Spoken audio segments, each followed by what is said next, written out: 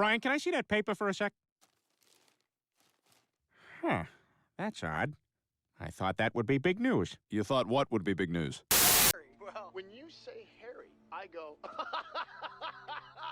When you say the other guy, I go. My name is Andrew. Shut up, bitch! So, let me ask you a question. Say if you had the world's biggest Crazy Bones collection and someone came in and publicly stole them. You'll try to get them back, right? Well, No ketchup, nah, just sauce, saucy, raw sauce. Yo, boom. The thing goes.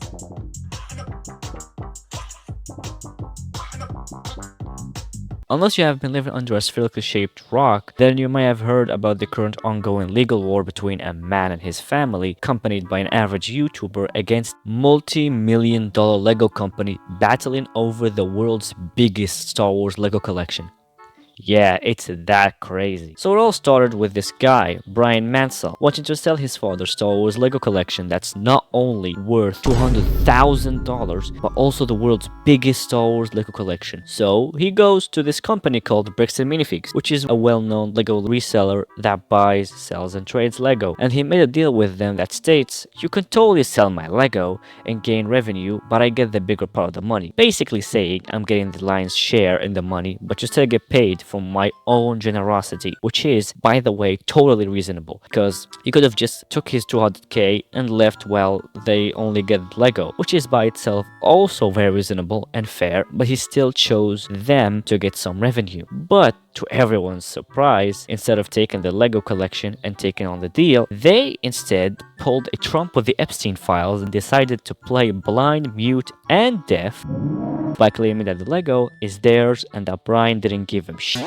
So poor old Brian went to multiple attorneys and every single one of them told him that suing is not a great idea and he will get financially after it's settled with Bricks and Minifigs. And Bricks and Minifigs allegedly paid off the police, so going to them too won't help. So being left with virtually no choice, he posted about this issue on Reddit, looking for justice until he was approached by Reckless Ben that offered to help him. And Reckless Ben made this video covering up the mess, which in turn caused Bricks and Minifigs to make a public statement that says, and I quote, the public narrative surrounding Bricks and Minifigs claims that the corporate leadership and our New Salem franchises knowingly stole, in quotations, a $100,000 to $200,000 Lego collection from an elderly collector and his family. This is not true. The actual origin of this dispute lies in an unorthodox local consignment arrangement between an independent former franchise of the Salem store and the Mansell family. When BAM Corporate repossessed the store due to the former owner's financial defaults and the breaches, BAM was unaware of any unorthodox and undisclosed consignment arrangement and was not a party to such. In fact, the collection was not even located in the store based on our investigation. No credible evidence to the contrary has been found, including from Mr. Mansell. First of all, the whole first part about the consignment is partially true. The only reason why it's not fully true is because the consignment was totally legal. But according to them, if I am part of it, I ain't gonna do it. Second of all, no credible evidence? Motherfucker, you were flexing that shit on your Instagram page. Right after this, they also said in the same statement, and I quote, the store closed to a lawsuit. The Salem store did not close because of a lost legal case. It closed temporarily because of our staff, including local teenagers, faced severe real-world safety hazard, targeted in-person stalking, and explicit bomb threats driven by viral video.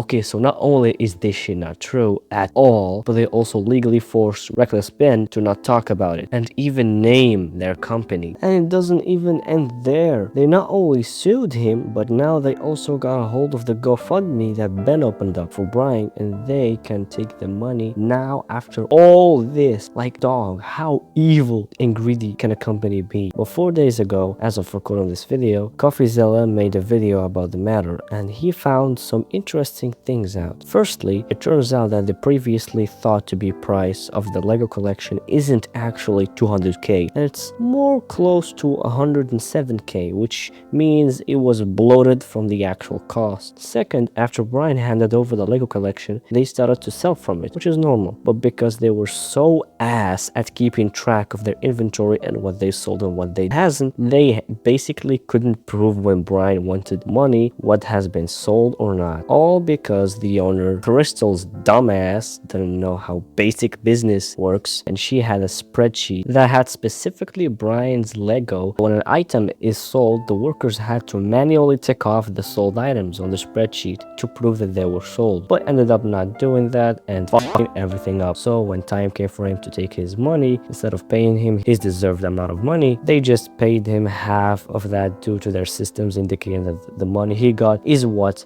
was sold. And thirdly, Coffeezilla concluded that there were around 10 to 20k dollars of inventory unaccounted for, which is purely the fault of BAM's poor management. And now, as of currently, none of the affected people were recompensated. And by the time of recording this, there hasn't been an actual good conclusion to the case. So yeah. Hey there, this is Editor Me here. Well, first of all, yes, I know it's been a while, and this entire video idea and script was recorded and written and everything 2 months ago. Yeah, it really took me a lot of time to make this, but I have my reasons. And you know what? I'm gonna be generous enough to tell you those reasons, which are... Anyway, back to the video. This was a pretty serious video, but if y'all liked it, tell me what to do next in the comments. Until next time, bye!